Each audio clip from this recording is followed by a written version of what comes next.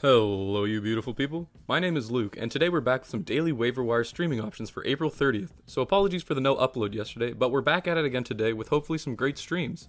So as always, feel free to drop a like on the video and subscribe if you enjoy it. It only takes 1 second for you, and it really helps the channel out. And with that being said, let's just get right into it. Alright, so as you guys know, I don't like to pick guys that are too highly rostered to give you guys a chance to pick them up. And they're also in order of who I pick up first, just by league. Like the first guys are for like 8 teams, 10 teams, 12 teams, etc. And I also don't like to stream guys who are questionable because it's really not worth an acquisition if they have a chance of not playing, like a high chance of not playing, sorry. So that explains the first player on our list, and it's that Marvin Bagley III is back. I think he's a great streaming option for tonight, even if he gets limited minutes, just because Fox and Barnes are out, so that leaves a lot of shot opportunities available on the Kings, and while Halliburton is their main ball handler, he's more of a facilitator. DeLon Wright isn't that great of a scorer, and Buddy Hield's more of a shooter. He's probably going to take a lot of shots tonight, but I think there's still quite a few opportunities available for Marvin Bagley, and yeah, I'm expecting him to get like low 20s in terms of minutes, but I think he's still capable of producing in that kind of numbers. It's definitely worth taking a flyer on, in my opinion, because he's rostered in about 40% of leagues right now, I believe, and I think he's definitely capable of performing at a rate better than that, especially just for tonight. Like, it's just a one night stream, so I think it's worth taking a chance on Marvin Bagley if you're in like a 10 or 12 team league, maybe even an 8 team league if you really wanted to stretch it. But yeah, I think the thing with Bagley is that he is not like that consistent.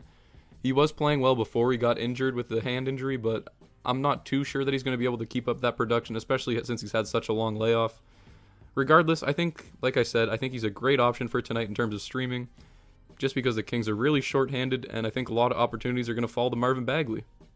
So moving on, we have Jeff Green of the Brooklyn Nets, and the Nets have just been absolutely decimated by injuries. Their whole roster is just riddled with them, so it's really opened up a lot more minutes for Jeff Green. He's been playing like 35 minutes a night, and it was announced that Kevin Durant's going to be sitting out tonight, and Kyrie's going to return to the lineup, so I think that makes Jeff Green a very nice streaming option. He's just because, like I said, he's getting a lot of minutes. He's a veteran player. He's pretty smart. He's capable of having good scoring games. He's an alright defender. He racks up a good amount of rebounds. And I'd recommend streaming him over guys like Blake Griffin, just because Blake Griffin sort of has been inconsistent in terms of his production because he's mainly like a three-point shooter now. Whereas Jeff Green's more well-rounded. He's been on a good stretch the past 4 games, So I expect that to continue against a weak Portland defense tonight. I think he's going to get a lot of shot attempts, like I said, because of the injuries to the Nets. I think Kyrie's clearly the number 1 option. Then Joe Harris is probably number 2. And then I think the third mantle is probably going to fall to Jeff Green for tonight. So I think he's a really good streamer, a lot of upside, and I think he has a very low downside. I mean, I think you're going to get something consistent out of him. At least he's going to be giving you, like I'd imagine, at the very minimum, probably like 33 fantasy points tonight. If you're in a default points league, that is. And yeah, I think that's definitely worth taking a shot on a streamer just for one day.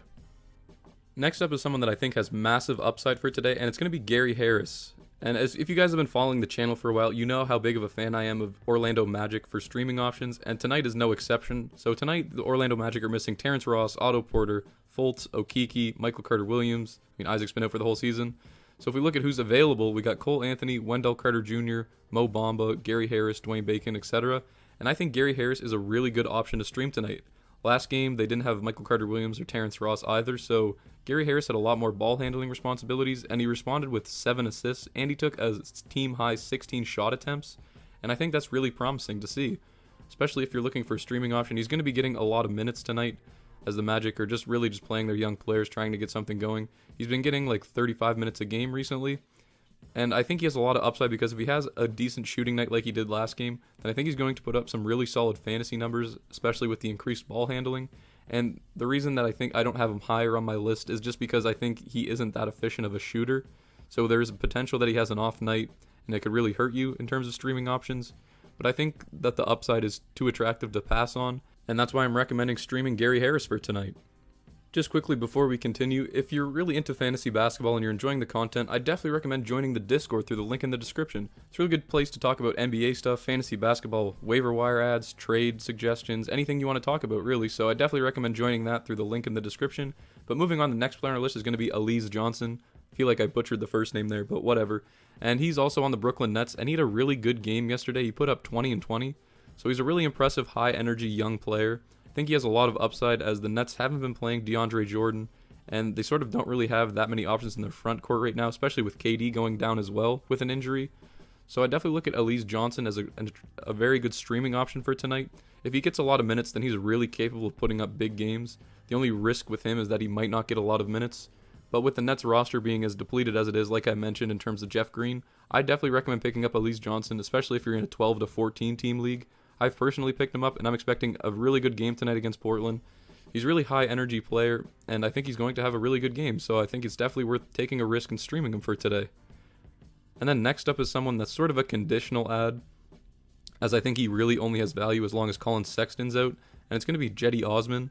So Jetty Osman hasn't really been playing that well when Sexton has been in the lineup, but over the past 3 games, Sexton's been dealing with a concussion, and Osman's really stepped up. He's been playing upwards of 35 minutes a game, and so far he's responded with some decent scoring outputs. He's put up 19 points in 2 of them, and yeah, I mean, I think that, like I said, we don't really know, so this is something to keep an eye on in terms of Sexton's condition for the day. If he's deemed eligible, then I don't think you should stream Jetty Osman, but if he's not, then I think Osman's a good ad just because of the minutes he's getting.